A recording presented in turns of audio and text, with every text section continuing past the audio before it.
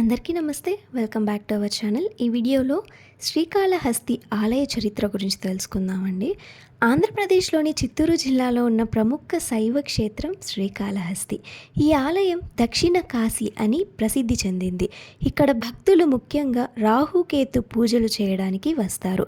ఒకప్పుడు కాళి అంటే పాము, హస్తి అంటే ఏనుగు, శీలీంద్రుడు అంటే సాలిడు, ఈ ముగ్గురు భక్తులు పరమశివుని ఆరాధించారు. వీరి భక్తిని చూసి పరమశివుడు సాక్షాత్కారమిచ్చి వారికి మోక్షం ప్రసాదించాడు. అందుకే ఈ క్షేత్రానికి శ్రీకాళహస్తి అనే పేరు వచ్చింది. వాయుదేవుడు కైలాసం వద్ద శివలింగాన్ని ఆరాధించగా ఆయనకు పరమేశ్వరుడు శ్రీకాళహస్తీశ్వర రూపంలో ప్రత్యక్షమయ్యాడు.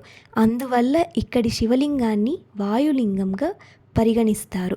ఇది పంచభూత లింగాలలో వాయులింగంగా ప్రసిద్ధి చెందింది. ఇక్కడ ఆలయ ప్రాముఖ్యత ఏమిటంటే రాహుకేతు దోషాల నివారణ కోసం భక్తులు ఈ క్షేత్రానికి వస్తారు. దక్షిణ కాశీగా ఇది శివభక్తులకు అత్యంత పవిత్రమైన క్షేత్రంగా ప్రసిద్ధి చెందింది. అలాగే శ్రీకాళహస్తి ఆలయం 12వ శతాబ్దంలో చోళలచే నిర్మించబడింది. విజయనగర రాజు శ్రీకృష్ణదేవరాయలు గోపురాన్ని నిర్మించారు. ఇక్కడి శివలింగానికి అభిషేకం చేయరు. శివలింగం మీద ఎల్లప్పుడూ వాయువు వీస్తూనే ఉంటుంది. మీకు వీడియో నచ్చినట్లయితే లైక్ చేయండి, షేర్ చేయండి అండ్ సబ్స్క్రైబ్ చేసుకోవడం మర్చిపోవద్దు. Thank you.